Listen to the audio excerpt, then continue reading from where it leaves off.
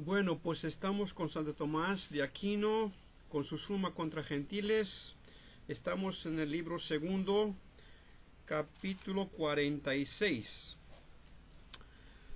¿Fue conveniente para la perfección del universo que hubiese criaturas intelectuales? Averiguada la causa de la diversidad de las cosas, continuaremos ahora hablando de las cosas ya distinguidas en cuanto se refiere a la fe, que es lo que en tercer lugar nos propusimos en el capítulo 5. Y primeramente demostraremos la conveniencia de que hubiese algunas criaturas intelectuales como ocupando el punto más alto de la perfección de las cosas, fundados en la máxima perfección que, por disposición divina, tienen las cosas creadas, cada una a su modo. Así pues, un efecto alcanza toda su perfección cuando retorna a su principio, de donde, al verificarse este retorno en el círculo y en el movimiento circular, el primero es la más perfecta de todas las figuras, y el segundo es el más perfecto movimiento. En consecuencia, para que el universo creado consiga su última perfección, precisa que todas y cada una de las criaturas retornen a su principio, cosa que se verifica en tanto que su existencia naturaleza, al ser en alguna manera perfectos, son portadores de la semejanza con él, como ocurre en todos los efectos que alcanzan la máxima perfección, cuando se asemejan lo más posible a la causa agente. Por ejemplo, la casa, cuanto más se asemeja al modelo, y el fuego como efecto cuanto más se asemeja a su principio. Pues bien, siendo el entendimiento de Dios el principio de la producción de las criaturas, según se ha dicho antes en los capítulos 23 y 24, fue preciso para que éstas alcanzasen su perfección que hubiese algunas criaturas inteligentes. La perfección segunda de las cosas sobreañade algo a la primera, pero así como la existencia y la naturaleza de la cosa corresponde a la primera perfección, así su operación corresponde a la segunda.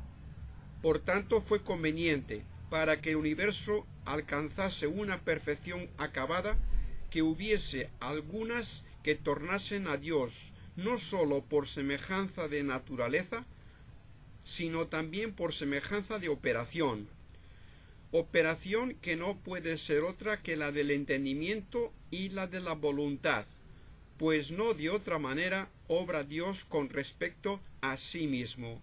Luego fue conveniente, por razón de la óptima perfección del universo, que hubiese algunas criaturas intelectuales. Quedó demostrado más atrás, en el capítulo 45, cómo, para que las criaturas representasen perfectamente la bondad divina, era necesario no sólo que se hiciesen cosas buenas, sino que éstas obrasen con miras a la bondad de otros. Pues bien, se asemeja perfectamente una cosa a otra en el obrar, cuando no solamente es una misma la especie de la acción, sino también uno mismo el modo de obrar. Luego fue a propósito para la suma perfección de las cosas que hubiese algunas criaturas que obrasen como Dios obra.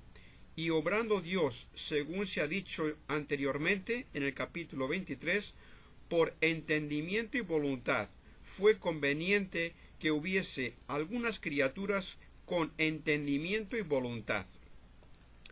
La semejanza que tiene el efecto con su causa agente respecta a la forma del efecto preexistente en el agente, porque el agente produce algo semejante a sí en virtud de la forma por la que obra. Mas la forma del agente para el efecto, unas veces conservando el modo mismo de ser que tiene en el agente, como la forma del fuego tiene el mismo modo de ser en el fuego encendido que en el que encendió. Pero otras veces adquiere distinto modo de ser, como la forma de la casa, que está de modo inteligente en la mente del arquitecto, pasa a estar de una manera material en la casa que está fuera del alma. Ahora bien, es evidente que la primera semejanza es más perfecta que la segunda. Por otra parte, la perfección del universo creado consiste en asemejarse a Dios, como la perfección del efecto consiste en asemejarse a la causa agente. Luego, la suma perfección del universo exige no sólo la segunda clase de semejanza de la criatura a Dios, sino también la primera, en cuanto sea posible. Pero la forma por la que Dios produce la criatura es la forma inteligible que está en él, pues obra intelectualmente, como ya hemos visto antes en los capítulos 23 y 24, de donde se deduce que para la suma perfección del universo debe haber algunas criaturas que por su modo de ser inteligente reproduzcan la forma del entendimiento divino, y esto significa que debe haber criaturas de naturaleza intelectual. Solamente su bondad es lo que mueve a Dios a producir las criaturas, bondad que quiso comunicar a otras cosas en la medida de la semejanza que tienen con Él, como ya hemos visto en el capítulo 74. Ahora bien, podemos encontrar dos modos de asemejarse una cosa a otra. Uno, según su ser natural, como la semejanza del calor del fuego está en la cosa calentada por el fuego. Otro, según el conocer, como se encuentra la semejanza en la vista o en el tacto. Luego, para que estuviese en las cosas perfectamente la semejanza de Dios en todos sus modos, fue conveniente que se comunicase la bondad divina a las cosas, por semejanza, no sólo en el ser, sino también en el conocer. Pero sólo el entendimiento puede conocer la bondad divina. Luego fue conveniente que hubiese criaturas intelectuales. En todo lo que está convenientemente ordenado, la disposición que hay entre lo intermedio y lo último reproduce la que hay entre lo primero y todo lo demás, intermedio y último, aunque a veces sea una reproducción deficiente.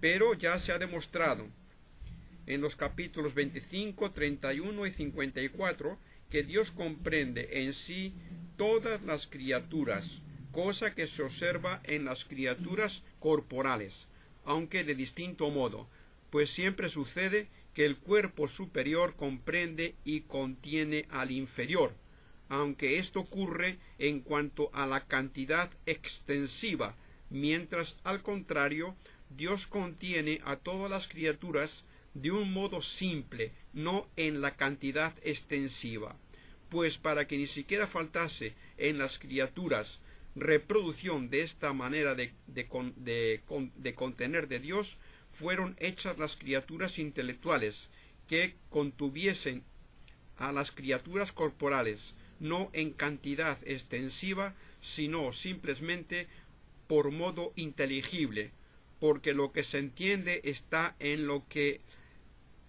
el que entiende, y es comprendido con su operación intelectual.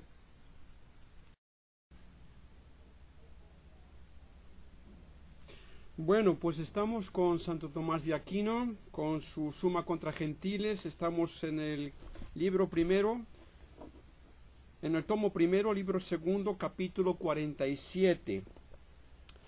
Las sustancias intelectuales tienen voluntad. Es necesario que estas sustancias intelectuales tengan voluntad. En efecto, en todas las cosas está el apetito del bien por ser el bien, lo que todas las cosas apetecen, como enseñan los filósofos. Este apetito se llama apetito natural, en las que carecen de conocimiento, y así se dice que la piedra apetece estar abajo. Se llama apetito animal, en las que tienen conocimiento sensitivo, el cual se divide en concupiscible e irascible, y en las que entienden, se llama apetito intelectual o racional, que es la voluntad. Luego, las sustancias intelectuales creadas tienen voluntad. Lo que es por otro se reduce a lo que es por sí mismo a algo anterior, de donde, como dice el filósofo en el libro octavo de los físicos, lo que es movido por otro se reduce a su primer motor, y en los silogismos las conclusiones, cuya evidencia depende de otras proposiciones, se reducen a los primeros principios que son evidentes por sí mismos. Ahora bien, nos encontramos con ciertas sustancias que no se determinan a sí mismas a obrar, sino que son determinadas por impulso natural, como son las cosas inanimadas, las plantas y los animales irracionales, pues no está en ellos obrar o dejar de obrar. Luego debe verificarse la reducción a algo primero que se determine a sí mismo a obrar. Lo primero en todo lo creado son las sustancias intelectuales, según ya se ha demostrado en el capítulo 46. Luego estas sustancias se autodeterminan a obrar, pero esto es propio de la voluntad, por la cual una sustancia es dueña de su acto, como que de ella depende el obrar o no obrar. Luego, las sustancias intelectuales creadas tienen voluntad. Con todo, como todo agente obra en cuanto está en acto, la forma por la que está en acto es el principio de todas sus operaciones, de donde se deduce que según sea la forma, así será la acción que sigue y a esa forma, y consiguientemente la forma que lo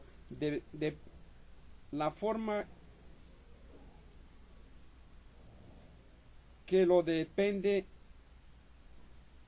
de la gente que obra en virtud de ella misma, causa una acción de la que no es dueño el agente. Pero si se diese alguna forma que dependiese de aquel que obra en virtud de ella misma, éste sería dueño del obrar consiguiente. Ahora bien, las formas naturales de las que proceden los movimientos y acciones naturales no dependen de aquellas cosas de que son formas, sino totalmente de agentes exteriores, por ser la forma natural la que constituye a cada cosa en su naturaleza, y nada puede darse a sí mismo el ser, y por tanto las cosas que se mueven por impulso natural no se mueven a sí mismas, pues lo pesado no se mueve a sí mismo, hacia abajo, sino que lo mueve el ser que le dio la forma.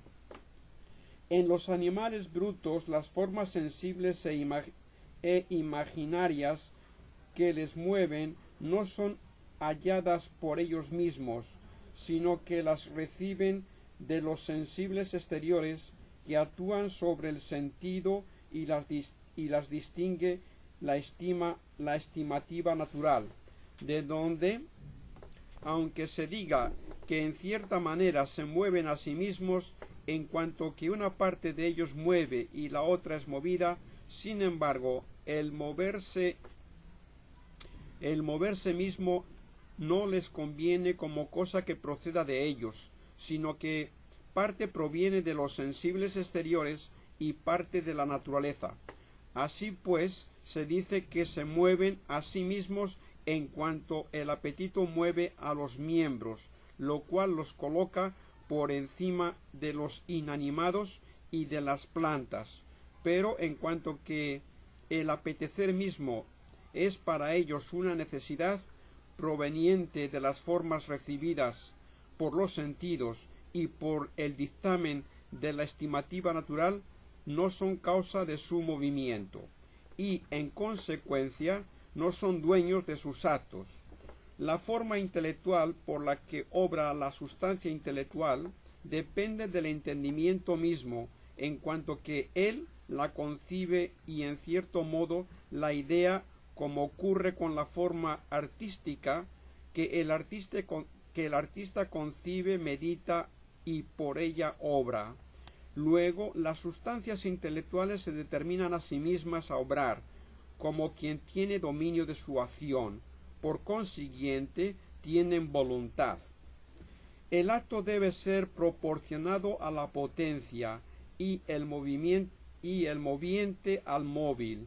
Pero en los seres que tienen conocimiento, la potencia aprehensiva es respecto a la apetitiva como el que mueve al móvil, pues el objeto aprendido por el sentido, imaginación o entendimiento mueve al apetito intelectual o animal, y por otra parte, la aprehensión intelectiva no está determinada a algo particular, sino que se extiende a todo, por donde dice el filósofo en el libro tercero sobre el alma, acerca del entendimiento posible, que su potencialidad se extiende a todo.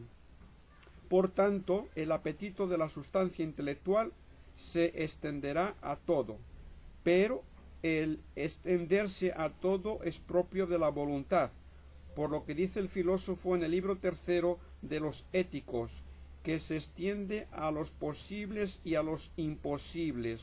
Luego, las sustancias intelectuales gozan de voluntad.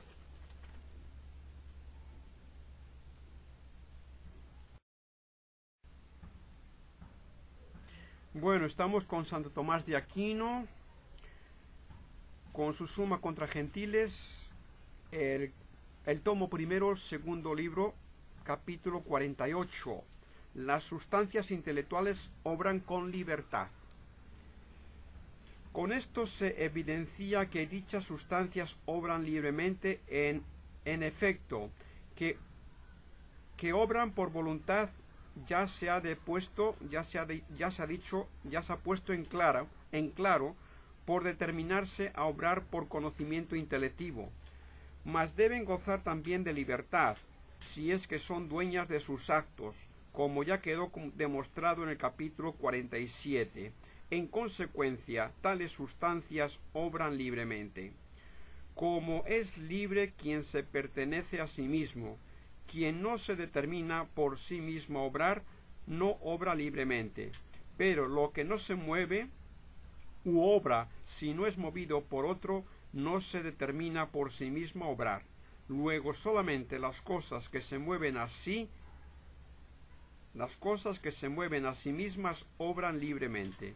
Y estas cosas son precisamente las que obran deliberadamente, porque en el que se mueve a sí mismo se encuentra parte que mueve y parte movida, y la parte que mueve es el apetito movido por el entendimiento, la imaginación o los sentidos, a los cuales pertenece deliberar, aunque de entre estos solamente juzgan libremente los que se mueven a sí mismos.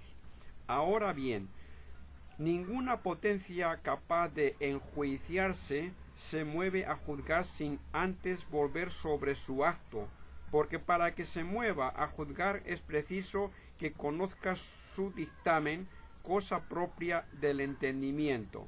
En conclusión, los movimientos y acciones de los animales irracionales son en cierto sentido libres, pero carecen de libre decisión.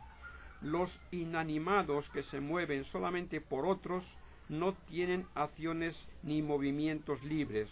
Los intelectuales tienen libertad, no sólo de acción, sino de determinación, que es tener voluntad libre.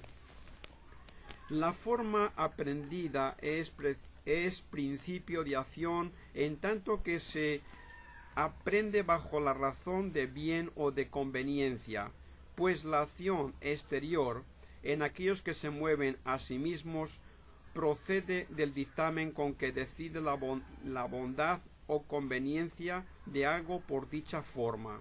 Luego, si el que decide se mueve a sí mismo a determinarse, es natural que ha de moverse a ello por una forma aprendida superior, que no puede ser otra que la misma razón de bondad y conveniencia que le permite juzgar acerca de cualquier bien o conveniencia determinados. Por tanto, solamente se mueven a sí mismas en sus determinaciones aquellas cosas que aprenden la razón general de bien y conveniencia, mas sólo las intelectuales son de esta condición. En consecuencia, sólo las intelectuales se mueven a sí mismas para obrar y para determinarse. Consiguientemente, sólo ellas son libres en determinarse, que es lo mismo que tener libre albedrío. Para que se diga a un concepto universal, para que se siga a un concepto universal un movimiento o una acción, es necesario que intermedie una aprehensión particular, puesto que el movimiento y la acción se verifican en lo particular, pero el entendimiento tiende naturalmente a la aprehensión de lo universal. Luego, para que de una aprehensión intelectual proceda un movimiento o acción cualquiera, es preciso que la concepción universal del entendimiento sea aplicada a lo particular. Mas el universal contiene en potencia muchos particulares, y por lo tanto la aplicación de la concepción intelectual puede ser a muchos y diversos casos particulares. Consiguientemente, el juicio práctico del entendimiento no está determinado a una cosa solamente. En consecuencia, todos los seres intelectuales tienen libre albedrío. Las cosas que carecen de libertad de determinación es o porque no gozan de dictamen alguno, cual ocurre con las que no tienen conocimiento, como las piedras y las plantas, o porque lo tienen ya determinado a una cosa por la naturaleza, como los animales irracionales. Por ejemplo, la oveja, y así ocurre a otros animales, juzga por instinto natural el lobo como algo nocivo para ella y en consecuencia huye de él. Así pues, los seres que gozan de juicio práctico no determinado por la naturaleza a una cosa tendrán libre albedrío. Tales son todos los que tienen entendimiento, pues el entendimiento no sólo aprende este bien o el otro, sino el mismo bien común, por donde como el entendimiento mueve a la voluntad en virtud de la forma aprendida, y por otra parte es ley universal que el que mueve y el movido hayan de ser proporcionados, la voluntad de la sustancia intelectual no estará determinada por la naturaleza, sino al bien común. Luego, todo lo que se ofrezca bajo razón de bien podrá ser término de la inclinación de la voluntad, sin que intervenga determinante natural alguno, contrario que lo prohíba. En conclusión, todos los seres intelectuales gozan de voluntad libre, proveniente del juicio del entendimiento. Esto equivale a tener libre albedrío, cuya definición es dictamen libre de la razón.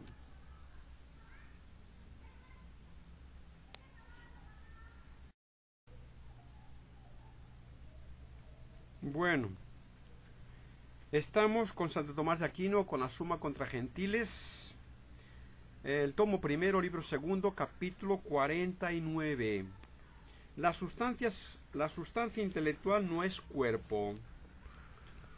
Por lo dicho se demuestra que ninguna sustancia intelectual es cuerpo, pues la observación enseña que la mutua continencia de los cuerpos se funda en la mayor o menor cantidad de los mismos.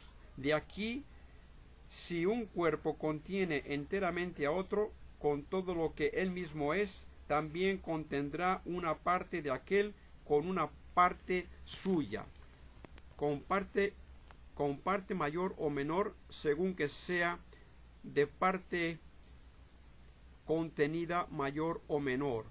Pero el entendimiento no efectúa la comprensión intelectual en razón de alguna proporción cuantitativa, por entender y comprender con todo su ser el todo y la parte, lo más y lo menos en cantidad.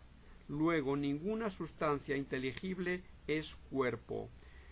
Ningún cuerpo puede recibir la forma sustancial de otro cuerpo si no es perdiendo por corrupción su forma propia. Pero el entendimiento no se corrompe al recibir las formas de todos los cuerpos, antes bien se perfecciona, pues entiende en tanto que tiene en sí las formas de los objetos que entiende. Luego, ninguna sustancia intelectual es cuerpo. El principio de la diversidad de los individuos de la misma especie es la división de la materia por razón de la cantidad, pues la forma de tal fuego no se diferencia de la del otro si no es por estar en las distintas partes en que se divide la materia, que no tiene otra explicación más que por la división de la cantidad, sin la cual la sustancia es indivisible. Pero lo que es recibido en un cuerpo es recibido atendiendo a la división de la cantidad. Luego, la forma no es recibida en el cuerpo, sino como individualizada. En consecuencia, si el entendimiento fuese cuerpo, no recibiría las formas inteligibles de las cosas, sino individualizadas. Y como el entendimiento entiende las cosas en virtud de las formas de las mismas que tiene en sí, no entendería lo universal, sino solamente lo particular, cosa evidentemente falsa. Por tanto, ningún entendimiento es cuerpo. Nada obra sino en conformidad con su especie, por ser la forma el principio de acción para todos. Dado pues que el entendimiento fuese cuerpo, su acción no excedería el orden de los cuerpos, pero esto es manifiestamente falso, porque entendemos muchas cosas que no son cuerpos, luego el entendimiento no es cuerpo. Si la sustancia inteligente es cuerpo, será un cuerpo finito o infinito. Ahora bien, es imposible que se dé un cuerpo infinito en acto, como se prueba en los físicos 1.3. Luego, supuesto que fuese cuerpo, tendría que ser un cuerpo finito. Pero esto también es imposible, porque en ningún cuerpo finito puede darse una potencia infinita, como se probó anteriormente en el capítulo 20.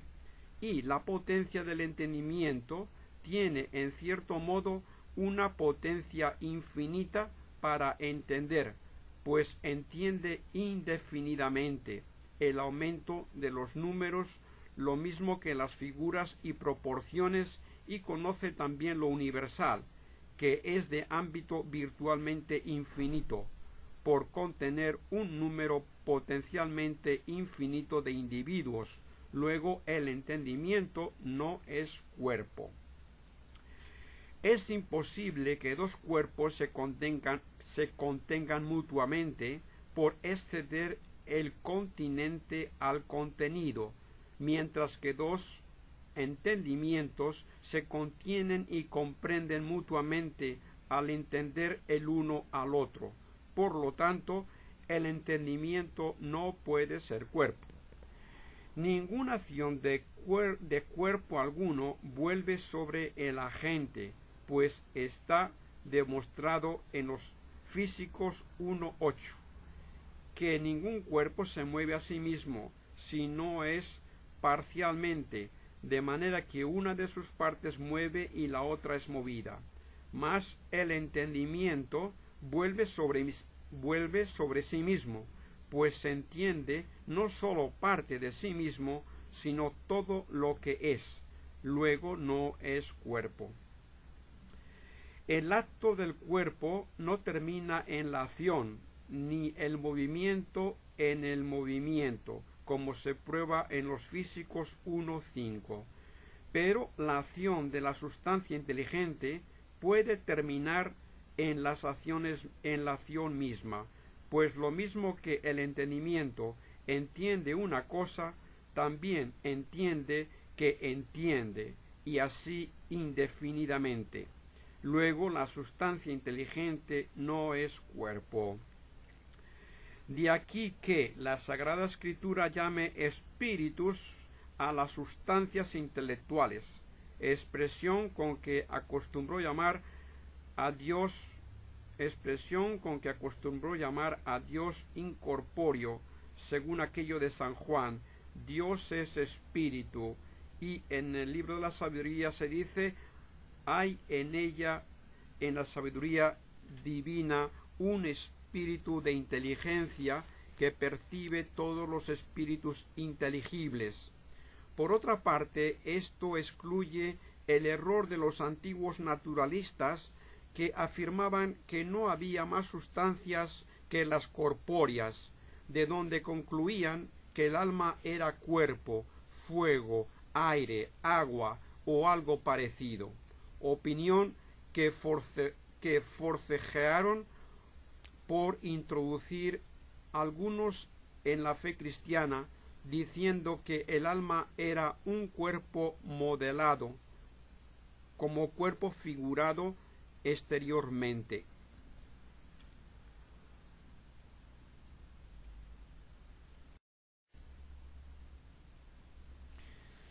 Bueno, estamos con Santo Tomás de Aquino, con su Suma contra Gentiles, primer tomo, libro segundo, capítulo 50. Las sustancias intelectuales son inmateriales. Por esto, pues, se manifiesta que las sustancias intelectuales son inmateriales. Todo compuesto de materia y forma es cuerpo, pues la materia no reviste diversas formas, sino en razón de sus diversas partes, ya que tal diversidad de partes no podría hallarse en la materia si ésta no fuera divisible en virtud de las dimensiones que le son inherentes, porque suprimida la cantidad, la sustancia resta indivisible. Si pues, como queda demostrado, capítulo precedente, ninguna sustancia inteligente es cuerpo, ninguna en consecuencia estará compuesta de materia y forma. Así como el hombre no existe sin tal hombre, tampoco la materia sin tal materia.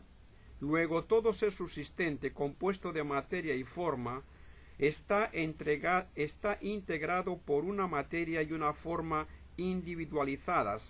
Sin embargo, el entendimiento no puede estar compuesto de materia y forma individualizadas, porque las especies de las cosas cognoscibles en tanto se hacen actualmente inteligibles en cuanto son abstraídas de la materia individualizada, y una vez son actualmente inteligibles, hácense una sola cosa con el entendimiento. Luego el entendimiento debe independizarse de la materia individual.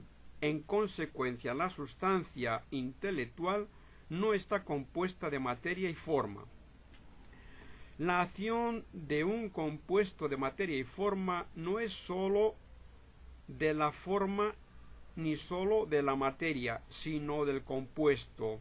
Pero como la acción se atribuye al ser y el ser del compuesto es por la forma, luego ella obra.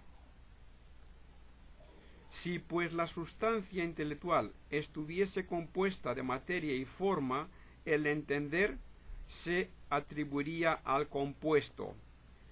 Por otra parte, el acto termina en algo semejante a la gente. Por eso un compuesto generador no engendra una forma, sino otro compuesto. Por consiguiente, si el entender fuera acción del compuesto, éste entendería no la forma ni la materia, sino sólo el compuesto. Tal falsedad es evidente. Luego, la sustancia intelectual no está compuesta de materia y forma. Las formas de las cosas sensibles tienen en la inteligencia un modo más perfecto de existir que en las mismas cosas sensibles, pues son más simples y se aplican a mayor número de seres. Así la inteligencia, mediante la sola forma del hombre, conoce todos los hombres. Ahora bien, la forma que existe en la materia de un modo perfecto hace al ser actualmente tal, por ejemplo, fuego o colorado.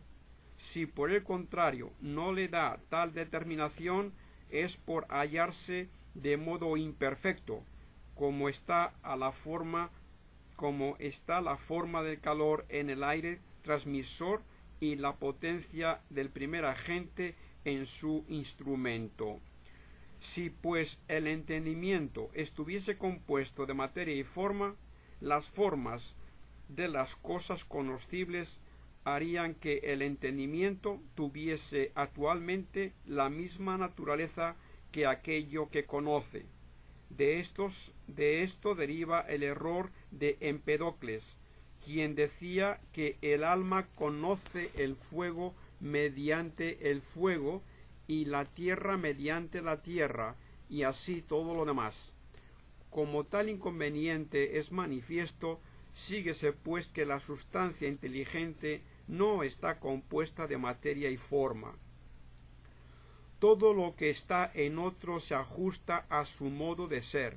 Por lo tanto, si el entendimiento está compuesto de materia y forma, las formas de las cosas se hallarán en él materialmente, tal cual se demuestran fuera del alma.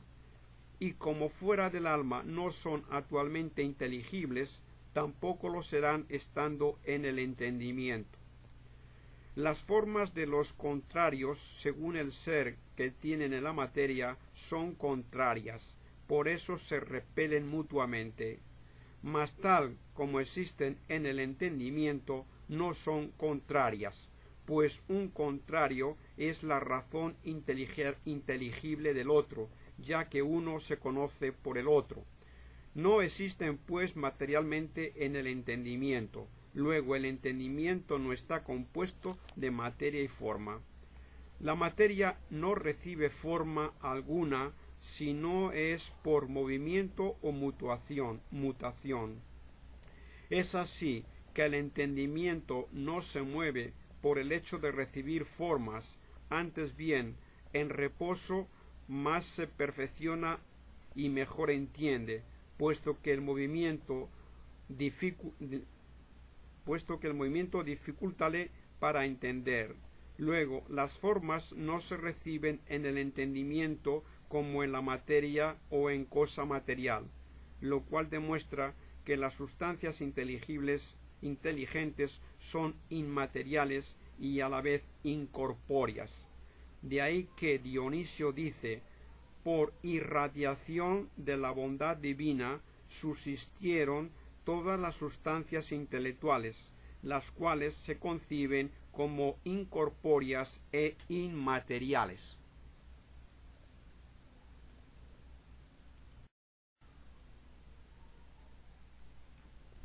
Bueno, estamos con Santo Tomás de Aquino, con su Suma contra Gentiles, tomo primero, libro segundo, capítulo 51. La sustancia intelectual no es forma material. Demuéstrase por las mismas razones que las naturalezas intelectuales son formas subsistentes y no existen en la materia, como si de ésta dependieran en cuanto al ser. Porque las formas que, en cuanto al existir, dependen de la materia, no tienen ellas solas propiamente el ser, sino los compuestos por ellas. Luego, si las naturalezas intelectuales fueran formas como éstas, tendrían ser material, cual si estuvieran compuestas de materia y forma. Las formas que no son de sí subsistentes, tampoco de sí pueden obrar. Obran, sin embargo, los compuestos por ellas. Por lo tanto, si las naturalezas intelectuales fuesen formas como éstas, no serían ellas, en consecuencia, las que entenderían, sino los compuestos por ellas y la materia. De este modo, la inteligencia estaría compuesta de materia y forma. Esto es imposible, como ya se ha demostrado en el capítulo precedente. Si el entendimiento fuera una forma cita en la materia y no por sí subsistente, seguiríase que lo que se recibe en el entendimiento recibiríase también en la materia, pues tales formas cuyo ser está ligado a la materia nada reciben que la materia no reciba. Luego, como la recepción de formas en el entendimiento no se efectúa con la recepción de formas en la materia, es imposible que el entendimiento sea forma material. Afirmar que el entendimiento es una forma no subsistente, sino inmersa en la materia, equivale en realidad a decir que el entendimiento está compuesto de materia y forma, aunque nominalmente se diferencie, pues en el primer caso llamaríase al entendimiento la forma del compuesto y en el segundo el compuesto mismo. Si pues es falso que el entendimiento está compuesto de materia y forma, falso será también que sea una forma material no subsistente.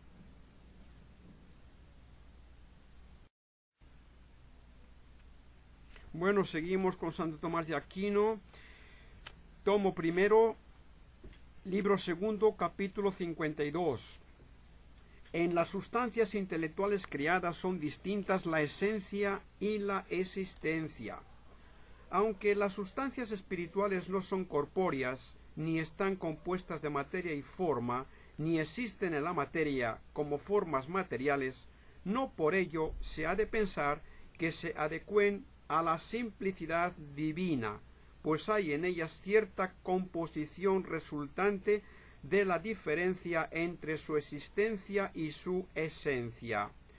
Si un ser es subsistente, nada se puede añadir que no sea su propia esencia, porque incluso en aquellas cosas que no son subsistentes, lo que en ellas se da y no pertenece a la esencia está ciertamente unido a ellas, pero no forma una sola cosa con su esencia, sino accidentalmente, en cuanto es un solo sujeto el que tiene la esencia y lo que hay además de ella. Por ejemplo, a Sócrates, además de su ser sustancial, se le añade la blancura, la cual es ciertamente diversa de su ser sustancial, porque no es lo mismo ser Sócrates y ser blanco, a no ser accidentalmente. Luego, si la esencia no estuviese en sujeto alguno, no habría modo de unirle lo que es aparte de la misma, pues el ser en cuanto tal no admite diversidad. Puede, sin embargo, distinguirse por algo sobreañadido. Así, el ser de la piedra difiere del ser del hombre. Por lo tanto, lo que es por sí subsistente no puede ser sino uno. Demostróse ya que Dios es su ser subsistente. En consecuencia, nada fuera de él puede ser su esencia. Conviene pues que en toda sustancia existente, excluido Dios, una cosa sea la esencia y otra la existencia. La naturaleza común, considerada en abstracto, no puede ser más que una, aunque pueden hallarse muchos que tengan dicha naturaleza.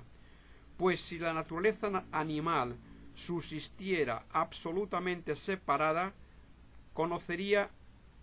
carecería de los atributos del hombre y también de los del buey, y no sería solamente animal, sino hombre o buey, porque suprimidas las diferencias constitutivas de las especies, la naturaleza del género resta indivisa, ya que las mismas diferencias que constituyen las especies son las que dividen el género.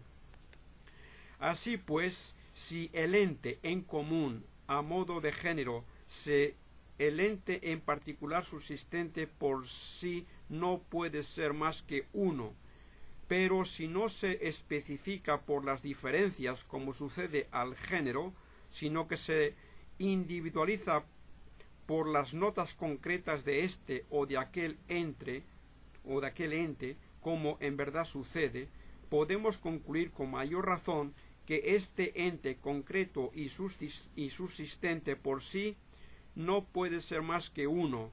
Conclúyese pues que siendo Dios el concreto subsistente, nada fuera de él es su ser.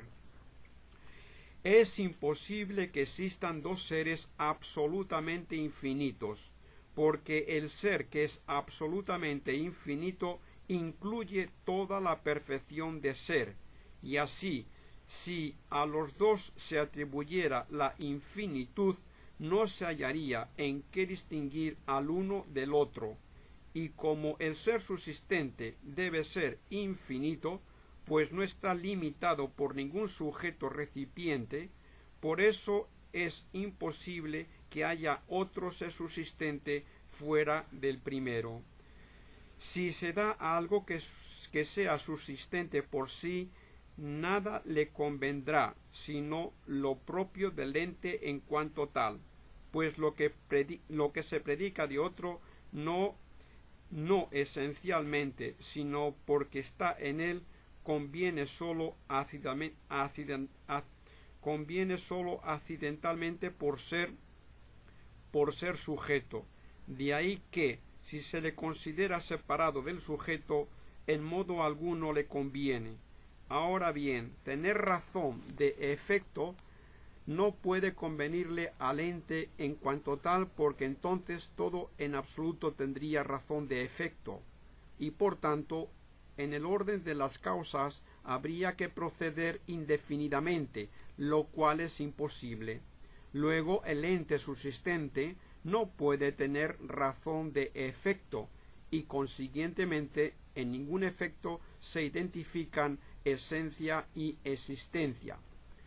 La sustancia de cada cosa está insertado en ella y no le viene de otro.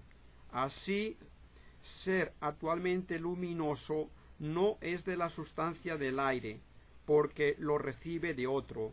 Es así que toda cosa creada recibe el ser de otro, pues de lo contrario no sería causada. Luego, en ninguna sustancia creada se identifican la existencia y la esencia. Como todo agente obra en cuanto está en acto, al primer agente que es perfectísimo le convendrá estar en acto perfectísimo. Una cosa está más perfectamente en acto cuando tal acto está más próximo al fin de la generación, porque en todo tránsito de potencia al acto, el acto es temporalmente posterior a la potencia. Además, más perfectamente está en acto el acto mismo que aquello que lo posee, pues a él debe su actualidad. Supuesto esto y constando por lo dicho anteriormente en el capítulo 13, que sólo Dios es el primer agente, dedúcese que sólo a él conviene estar en acto perfectísimo, es decir, ser acto perfectísimo. Él es, pues, el ser en quien termina toda generación y todo movimiento, pues tanto la forma como el acto están en potencia mientras no reciben el ser. Luego únicamente a Dios le pertenece ser su existencia, como únicamente le pertenece ser el primer agente. Además, la existencia conviénele al primer agente en virtud de su propia naturaleza, pues el ser de Dios es su sustancia, como ya se ha demostrado en el capítulo 22.